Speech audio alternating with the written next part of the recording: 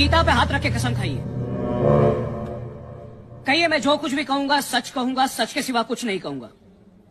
आप जो कुछ कहेंगे, सच के सिवा कुछ नहीं कहेंगे। हो गया। अरे ऐसा आप बोलिए। आती मैं ही बोला।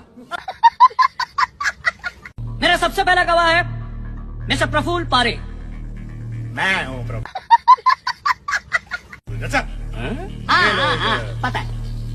हाँ तो मिस्टर पारे, मेरे सवालों का सही सही जवाब देना। आप वकील हैं? मैं अदालत में खड़ा हूँ, काला क्लोक पहना है, तो मैं वकील ही होऊंगा ना? ऐसा जरूरी नहीं। हाँ? हो सकता है जादूगर हूं, और इसलिए ये लंबा काला कोट पहना हो, केलाल की तरह, है ना?